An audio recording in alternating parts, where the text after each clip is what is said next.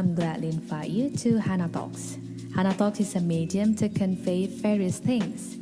We walk through light discussion with various figures and walk with you to explore the extraordinary that you never imagined.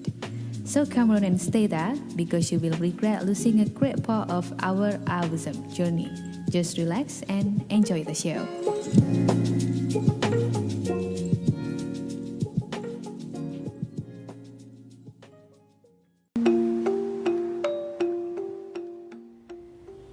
Hai, apa kabar semuanya?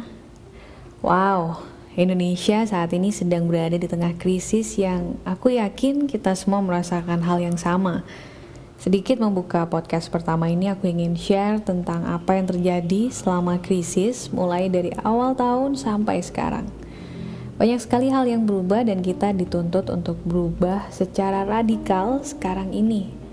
Satu hal yang bisa aku maknai dari setiap perubahan, siapapun yang bisa bertahan adalah manusia-manusia yang mau ikut berubah, yaitu mereka yang mau berevolusi.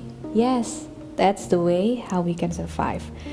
Dari krisis ini banyak sekali hal yang membuat aku emosi, banyak hal yang membuat aku sulit menerima, tetapi di titik ini aku mengalami sebuah transisi hebat, yaitu banyak hal yang membuat saya jauh lebih bersyukur. Contohnya soal waktu. Selama ini saya selalu membuat time management secara detail, karena semua bisnis yang saya rintis membutuhkan perhatian lebih.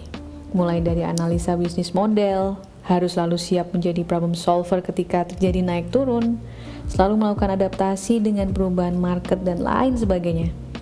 Ketika kita mau melakukan improvisasi, selalu saja ada alasan, saya tidak punya waktu.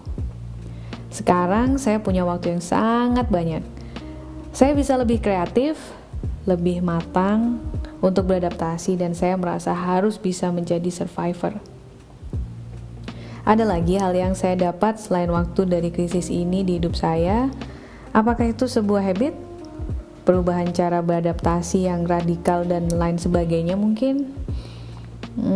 Ya, mungkin itu salah satunya. Tapi yang benar-benar saya rasakan adalah resilient and gratitude. Saya bisa punya banyak waktu berkumpul dengan keluarga, saya merasakan balance of life, saya bisa redefine happiness, saya bisa ngomongin hal lain selain bisnis, saya bisa melakukan apapun di luar aktivitas dan rutinitas saya.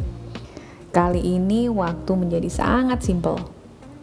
Saya sering bertemu dan berkumpul dengan orang-orang hebat dan sukses, dan mostly kami mempunyai the culture of more.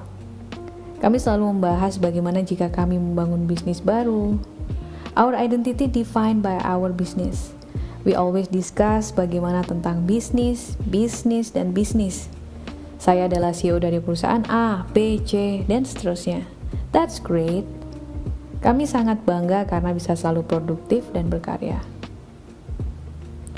Tapi di titik ini, saya mulai merasa the power of enough yang saya butuhkan dan apa yang saya miliki saat ini cukup untuk saya. Cukup untuk memenuhi kebutuhan hidup dan saya mulai perbanyak untuk bersyukur. Saya memberi ruang dan waktu untuk keluarga, untuk diri saya sendiri, untuk my own happiness. Banyak yang bertanya apakah tidak takut gagal dengan the power of enough di saat ini. I say no, karena kegagalan itu adalah aturan alam. Misalnya anak angsa belajar berenang pasti beberapa kali tenggelam. Proses belajar tidak akan pernah mulus. Bayi belajar berjalan dengan proses ratusan kali terjatuh dan menangis dan itu sudah ketentuan alam. Hey, gagal is a must. At least you try dan kita hidup untuk selalu belajar. Remember that.